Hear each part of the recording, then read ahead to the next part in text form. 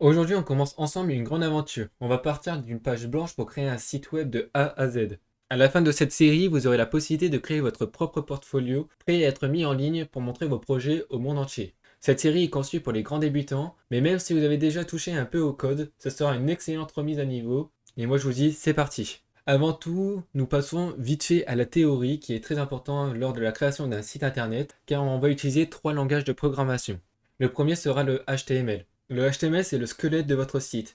Il va définir le contenu, les textes, les images, les boutons, les formulaires, la navigation. Enfin bref, vous verrez ça par la suite, mais c'est essentiel lors de la création de votre site. Pour donner un peu de décoration à votre HTML, on va y rajouter aussi du CSS. C'est lui qui va gérer le style de votre site, les couleurs, la mise en page, les polices et plein de choses que vous verrez dans le futur, comme par exemple aussi la responsive. Et pour terminer, alors ça on le verra beaucoup plus tard dans la série, mais c'est le JavaScript. C'est l'interactivité de votre site, les animations, les calculs, et vous verrez plein de petites choses qui sont très utiles sur votre site. Encore plus loin dans la série, nous verrons aussi le PHP et le MySQL. Côté interne à votre site, ce que l'utilisateur ne verra pas, mais qui est essentiel dans la création d'un site internet. Mais là, dans cet épisode, on se concentre principalement sur le HTML. Déjà, pour commencer, il vous faut deux logiciels sur votre ordinateur. Déjà, celui que vous avez déjà par défaut sur votre ordinateur, un navigateur. Ça peut être Chrome, Edge, Firefox, celui que vous voulez, il n'y a aucune importance. Nous, on va l'utiliser, c'est Visual Studio Code,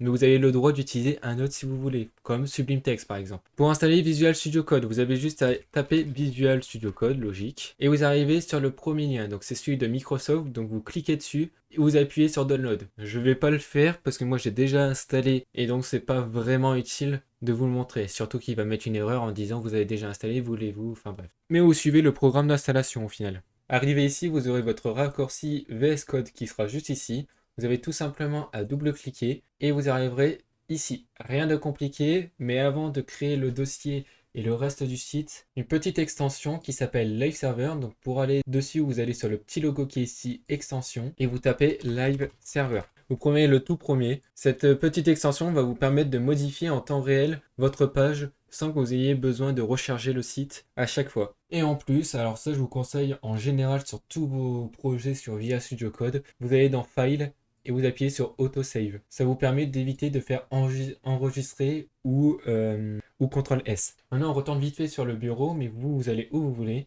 et on va faire clic droit, créer un nouveau dossier. Vous l'appelez comme vous voulez, c'est le nom de votre site. Par exemple, moi je vais mettre tuto YouTube 2026. Arrivé ici, vous allez sur Visual Studio Code, vous rétrécissez votre page et vous glissez simplement tuto YouTube à l'intérieur. Voilà. Arrivé ici, vous voyez que à gauche, vous avez l'Explorer qui est arrivé et c'est l'arborescence de votre site. Vous avez sur la petite icône qui est ici, qui est en forme de feuille A4 et vous cliquez, c'est New File. On va l'appeler index.html.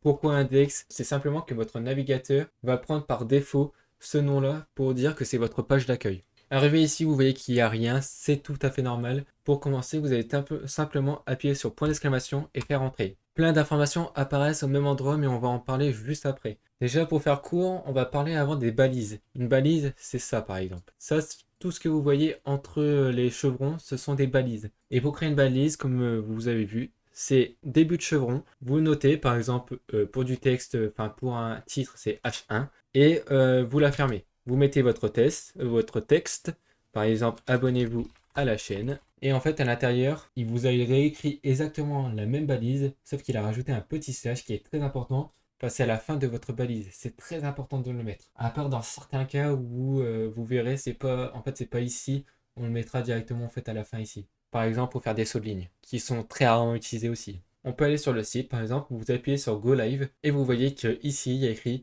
abonnez-vous à la chaîne. On revient sur VS Code. On va parler un peu plus en détail de chaque ligne que vous retrouvez ici. Déjà votre doctype HTML. Ne faites pas attention, ne changez rien à ça. C'est juste pour dire à votre navigateur que c'est une page HTML, c'est tout. Celle en dessous, c'est le HTML. C'est ici qu'il y aura tout le code que vous allez rajouter sera forcément à l'intérieur de cette balise HTML. Vous voyez, elle se termine tout à la fin. À l'intérieur de cette balise HTML, vous voyez qu'il y a un petit attribut qui s'appelle lang avec égal en. À l'intérieur, donc en veut dire anglais. Vous pouvez mettre fr, mais ce n'est pas obligatoire. Mais par exemple, moi pour le tuto, je vais vous mettre fr. Mais la plupart du temps, je laisse en en.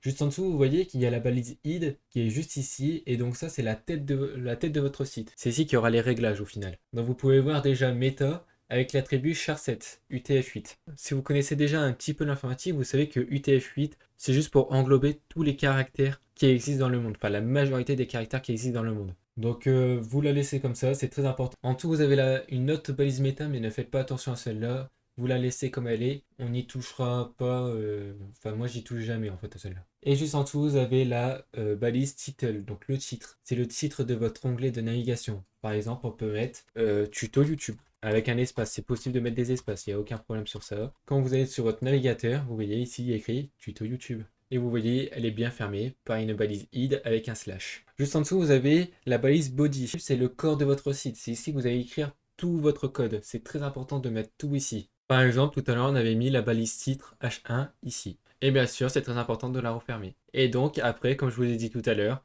tout ça est enfermé dans la balise HTML.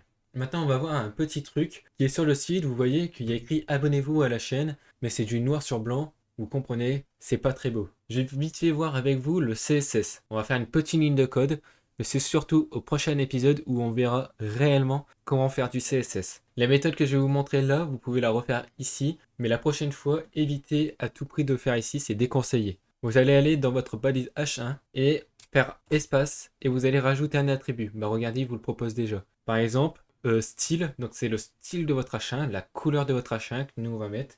Ça peut être plein de choses, mais au final, donc ça sera vraiment le style de votre site. Donc par exemple, donc vous tapez style, vous pouvez faire entrée ou tab si je dis pas de bêtises. Et à l'intérieur, il vous propose énormément de choses. Comme nous, on a besoin du color. Vous mettez color et là vous tapez ce que vous voulez. Par exemple red. Il est très important de rajouter le point d'exclamation après le nom de votre couleur. Par exemple red.